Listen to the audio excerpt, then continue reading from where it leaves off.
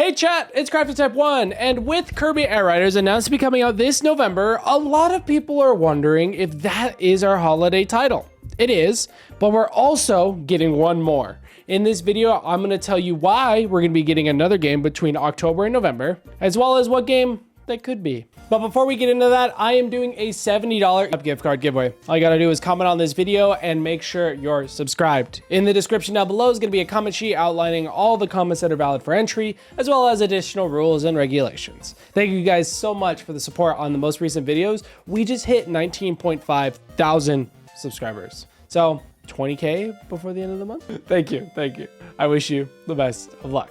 So in case you guys missed it, at the end of the Kirby Air Riders Direct, we got the announcement of the release date for the game, that being November 20th, 2025. And honestly, this came at a little bit of a shock to me because I was like, Kirby is our holiday title? But the more I looked into it, the more I realized that, yes, technically Kirby is the holiday title, but there is still more. Of course, we already have Pokemon Legends ZA coming out in October, which falls into that golden period where a lot of companies put out holiday games for the Black Friday season. So normally that'll be right before the 28th of November. That's why people are saying Pokemon is a holiday title as well as Kirby Air Riders, because they fall before November 28th and push consoles. This is a reason a lot of parents will buy a Switch 2 and also just buy for their kid as a whole. But what's weird is Kirby really is never a holiday title, because holiday titles are meant for games like Pokemon, like Mario, like Zelda. Someone that's recognizable to a general audience to make it an easier purchase during Black Friday when everyone's in that shopping mood. I don't want to downplay Kirby's significance though as a whole. This Reddit thread actually totaled overall sales as of September 2023 when it comes to Nintendo's franchises. And of course, your top three is Mario, Pokemon, and even the Wii series, but right under that's Legend of Zelda. If you go lower, you get Donkey Kong, Animal Crossing, Smash Bros, and then Kirby at number 7 if you don't count the Wii series. It's a good holiday title, don't get me wrong, but it's just not as recognizable as, Mario, as Legend of Zelda, as Donkey Kong, which we got earlier this year. Like, it's surprising that that game wasn't our holiday title. But looking into the last 3 years when it comes to holiday releases for the Nintendo Switch, back in 2021, we got Metroid Dread in October and Mario Party Superstars in October 28th. Then we got Bayonetta 3 in 2022, October 28th, and then Pokemon Scarlet and Violet in November 18th. Then in 2023, Super Mario Bros. Wonder in October 20th, and then WarioWare on November 3rd. You can kind of see the pattern. Every year there is a Mario or a Pokemon. 5, though, we have Pokemon Legends ZA, then Kirby Air Riders. And, this, fits their normal release pattern. It makes sense. There's a Pokemon game. It's the holiday title. For it being the first year of the Switch 2, you think they would go out with a bang. And then that's where I bring up this. In 2021, there was a 21-day gap in between the holiday titles. 2022, also a 21-day gap. 2023 was a 14-day gap. It gets smaller and smaller.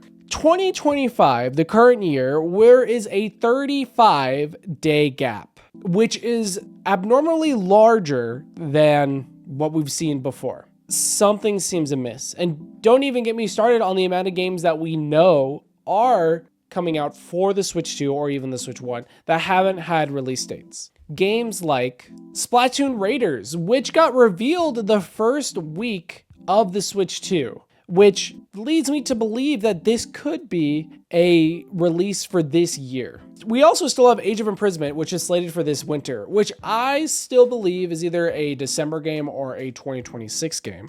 But lastly, the game I think that we actually are going to see this holiday season is Metroid Prime 4 Beyond. It is too early to release this in September now, and with the Mario's 40th happening that year, I believe we're going to get a shadow drop for a Switch 2 edition of Mario Wonder, as well as maybe something else. Metroid Prime 4 Beyond has been in development for a while, and I think Nintendo is hyping this up to be like a showcase title for not only the Switch 1, but the Switch 2.